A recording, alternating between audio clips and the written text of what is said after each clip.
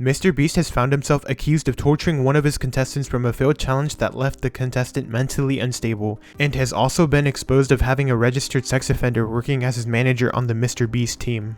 So anyways, this controversy started to heat up when Dogpack44 interviewed Jake Wedo. Jake had previously worked for MrBeast as a writer on camera and off camera. The reason Dogpack44 interviewed Jake is because he participated in a MrBeast video that was never uploaded because of how badly it went. And one of the things that disturbed me from the start of this interview is that Jake said that MrBeast would often discourage employees from doing content on the side, mostly because he was afraid that they would speak up about him. Even if these words didn't come directly from MrBeast's mouth, the fact that he feels the need to mention this when describing the workplace vibe is disturbing in and of itself. Anyways, Jake mentioned that MrBeast made a video named $10,000 every day you survive in prison, which was in reality more like solitary confinement. He also mentioned that the video that he was a part of was the first attempt of the solitary confinement video. The premise of the video, as he explained it, is being stuck in a windowless room for 100 days.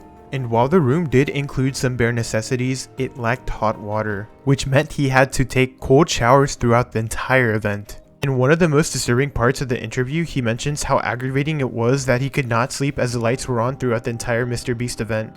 And according to him, the reason that the lights were on throughout the entire event is because they were taking time-lapse camera shots. And due to this, he mentions how this could have possibly been the start of his insomnia problems that have kept up with him now in his day-to-day life. And according to sources, sleep deprivation in the context of this MrBeast challenge is actually considered torture by the UN.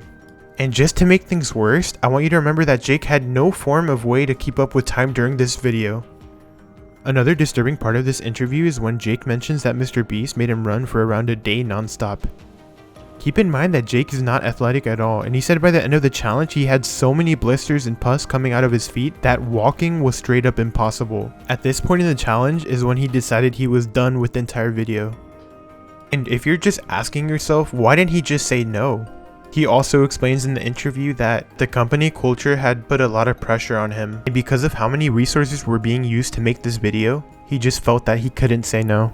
Okay, so my thoughts are, who comes up with this video idea and how does it make it out of the boardroom? Like, this video straight up sounds like hell. You're stuck in this little room with no windows for 100 days with little to none human interaction. And while I would say that I enjoy a lot of MrBeast's content, I hope for the best for Jake because he seems like a genuine human.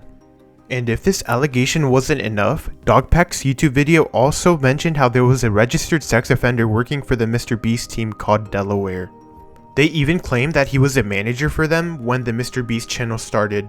And since the publishing of Dogpack's video, another guy who goes by the name Jake the Viking, who is also a former team member of MrBeast, made a tweet confirming the allegations made by Dogpack and Jake Wedo. Jake the Viking's tweet reads, "Delaware is my brother-in-law. He is a registered sex offender. When he was 21, a 16-year-old girl accused him and others of sexual assault when she was 11. Delaware took the plea deal. That's why there's no jail time, but he still had to register." The allegations point out that MrBeast had to have known about Delaware being a registered sex offender. And if this isn't enough compelling evidence, there's even an audio recording of a team member that works closely with MrBeast confirming the allegations. To protect this person's identity, a voice filter was used, so if the audio sounds weird, then that's what it is.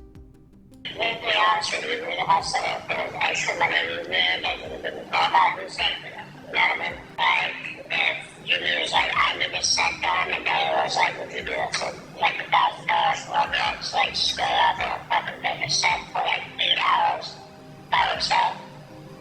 You know, I'd be like, yeah, sure, whatever. And it was Reed's idea to get involved. And it was like, we need to get you an APL manager, and then we went through that whole cycle of different VPs and managers, and, you know, people that won't talk to us anymore. Because they're scared of Jimmy.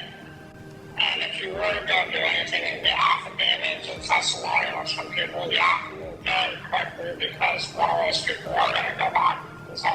So hearing about this situation is pretty crazy. I mean, there's no way that MrBeast didn't know that Delaware was a registered sex offender. All in all, these allegations are pretty bad. As of this recording, Jimmy hasn't responded to these allegations. And there are videos out there of comments being deleted from MrBeast's official channel for mentioning the drama. It's honestly making him look worse, and I don't think it's the right way to go. I hope that MrBeast is able to recover from this and makes changes in his company wherever needed. Anyways guys, thanks for watching this video, and please share your thoughts down below. I'll also be linking Dogpack's channel in the description below in case you do want to hear all the juice.